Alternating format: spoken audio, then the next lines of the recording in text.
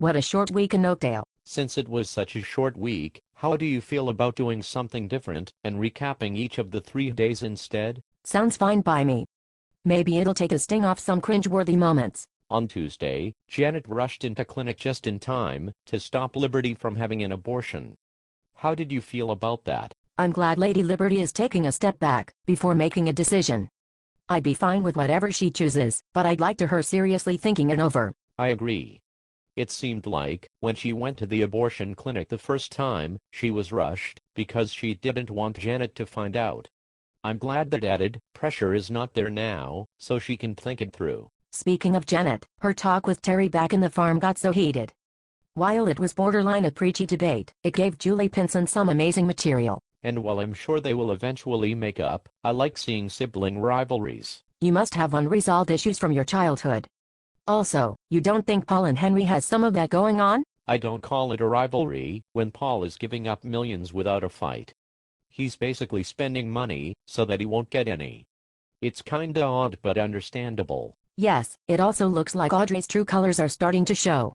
First, stabbing James with a poison needle, and then framing her own son for the crime. Yes, it looks like psycho bitch is out for blood. It's about time too. The show needs a true villain. James's return softened him a bit.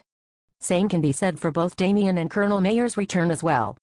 I'm glad we are getting a flat-out villain. I suppose you're right. Switching gears to Wednesday, we are back to Holden's death. And a tree burial. Where does Damien get these ideas? First a Viking funeral and now this. What's next? Chopping off chicken heads and flinging them off the roof? It was all just so silly.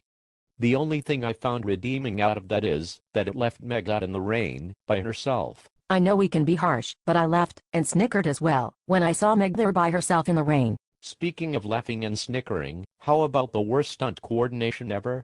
Mr. Fugly scarf falling off that bike was the unintentional funniest thing I've seen on this show ever. My favorite part of the fall was the wailing Mason gave that sounded like a little girl. Mine was when he started swiveling his bike. Well, at least it gave us Mason's first shirtless scene. I blinked, so I think I missed it. Also, I love how oblivious Noah is to this entire situation. Sometimes I can't help but get the feeling he's too much of a good guy, but that's part of his charm. It also appears Holden is using his charm as well to get an escape plan going with everyone's favorite hillbilly kidnapper Maeve. Yes. But that kiss she gave him left me as confused as Holden is. It would appear that Maeve might be moving to Oakdale. I think so too. And finally, on Thursday's episode we get some intentionally hilarious scenes surrounding James's funeral. I love watching scenes where even you can obviously tell the actors are having fun as well, and that funeral scene was just that.